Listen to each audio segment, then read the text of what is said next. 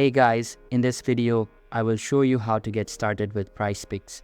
Alright, let's begin. First, create an account by providing your full name, email address, password, date of birth, and address. If you have a referral code, enter it during sign up. After logging in, you'll see the dashboard where you can choose from various sports. Let's use NBA as an example.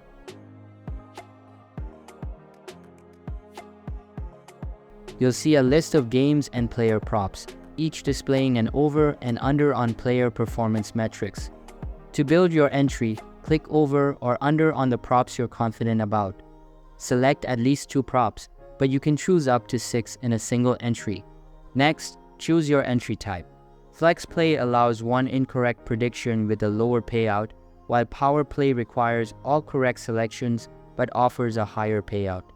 Set your wager amount, review your selections and total payout, then hit Place Entry to confirm.